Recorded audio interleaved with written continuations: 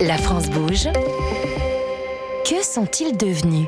Benjamin, ce soir, il s'agit de Repos Digital. Oui, Repos Digital, c'est un service qui permet de gérer la vie numérique des personnes décédées. Donc, c'est une technologie qui va rechercher tous les comptes en ligne du défunt grâce au numéro de téléphone et à l'adresse mail. Et en même pas 20 secondes. Et une fois que les comptes sont retrouvés, Repos Digital va faire en sorte de supprimer les comptes, donc Facebook, Instagram, votre compte Netflix ou Amazon. Et alors, pour les sites de rencontres, là, il les supprime, mais sans en parler à la famille. Ah oui ?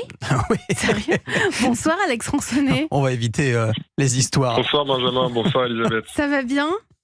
Ça va super et vous ? Merci super. pour l'invitation. Cofondateur de Repos Digital. Je savais pas que vous, sans prévenir la famille, vous supprimiez les comptes des appels de rencontre. J'avais oublié cette histoire. Ouais, c'est vrai. Alors, on a effectivement une section qu'on appelle les comptes sensibles, site de rencontre. Il y a aussi les sites pour adultes.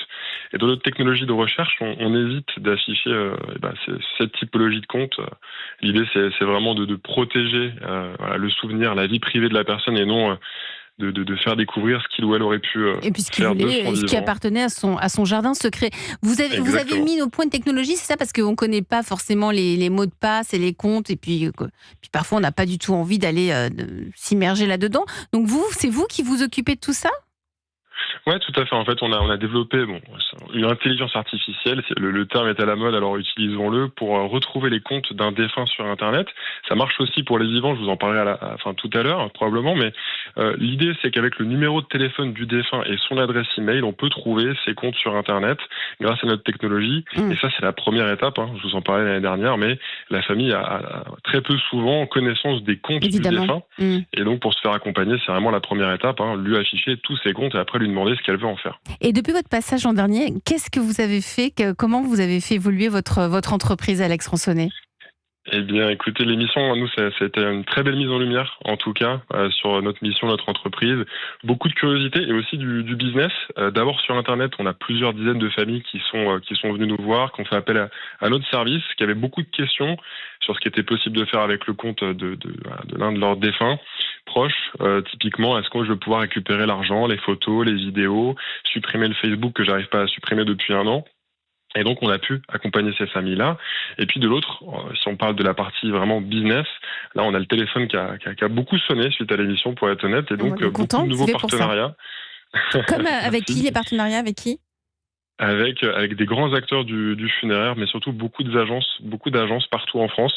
On était sur une centaine de distributeurs l'année dernière au moment de mon passage, et là on se rapproche dangereusement des 1000. On est à peu près à 800 aujourd'hui, donc c'est une belle croissance. Formidable. Et puis vous vous occupez maintenant des vivants aussi, pour leur permettre de prévoir leur fin de vie numérique. Ça vous angoisse, je sais, Julien Honard.